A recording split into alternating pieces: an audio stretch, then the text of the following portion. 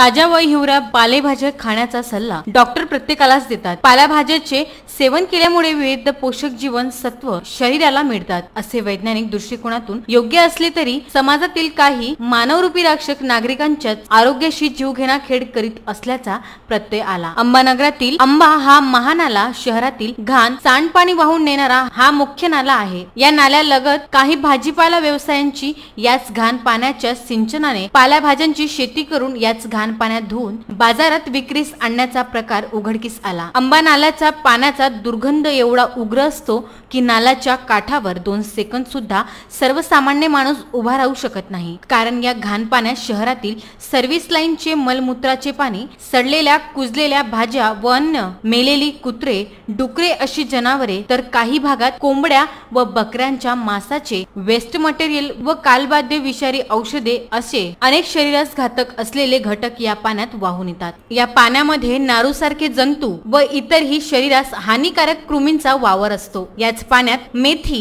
सांबार, कांदे व पालक ह्या पालेभाज्या धुतल्या जातात व ह्या विषारी भाज्या नागरिकांना विकतात व याच पाण्यात थोड्या पैशांच्या हव्यासापोटी भाजीपाला व्यवसायांची या विषारी पाण्यावर भाजीपाल्यांची शेती करून त्याच पाण्यात धुवून व बाजारात विक्री करून नागरिकांच्या आरोग्याशी खेळत आहेत। अशा समाजकंटकावर आरोग्य विभाग मात्र कधीच कोणतीही कारवाई करताना दिसत नाही। आरोग्य विभाग, अन्न व औषधी प्रशासन याकडे मुद्दाम डोळेझाक करीत आहेत की पालेभाज्या व्यवसायी व या विभागामध्ये साटेलोटे आहेत असा प्रश्न नागरिकांमध्ये निर्माण झाला आहे। नागरिकांच्या आरोग्याशी खेळणाऱ्या अशा व्यावसायिकांवर कडक कारवाई करावी अशी मागणी जोर धरत आहे।